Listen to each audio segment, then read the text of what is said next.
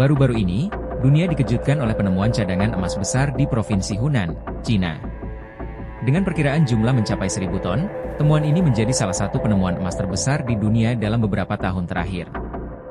Selamat datang di cerita sejenak.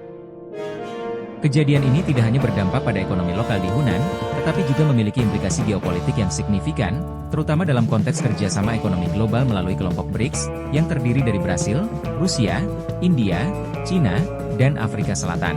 Selain itu, penemuan ini berdampak besar pada Provinsi Hunan sendiri, yang dikenal memiliki sejarah panjang dalam eksplorasi sumber daya mineral. Dengan teknologi modern dan investasi besar yang mungkin digelontorkan, Hunan bisa menjadi salah satu pusat tambang emas terbesar di dunia. BRICS memiliki ambisi besar untuk mengubah arsitektur keuangan global yang selama ini didominasi oleh negara-negara barat.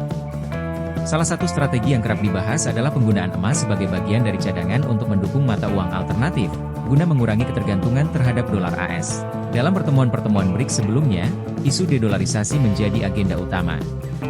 Penemuan emas di Hunan bisa menjadi salah satu katalisator penting bagi Cina untuk mendorong agenda ini. Dengan cadangan emas yang melimpah, Cina tidak hanya meningkatkan kekuatan ekonominya, tetapi juga memberikan kontribusi lebih besar kepada BRICS dalam hal stabilitas ekonomi kelompok tersebut.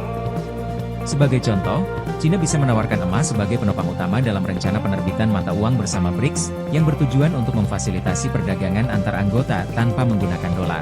Langkah ini tidak hanya memperkuat BRICS sebagai entitas ekonomi global, tetapi juga melemahkan dominasi ekonomi negara-negara barat. Secara global, temuan ini meningkatkan tekanan terhadap negara-negara barat, terutama Amerika Serikat, yang selama ini menggunakan dolar sebagai alat utama pengaruhnya. Dengan emas yang melimpah, Cina memiliki posisi tawar lebih kuat untuk mendukung kebijakan alternatif, baik di BRICS maupun di forum global lainnya. Penemuan emas sebesar 1.000 ton di Provinsi Hunan bukan sekadar keberuntungan geologis.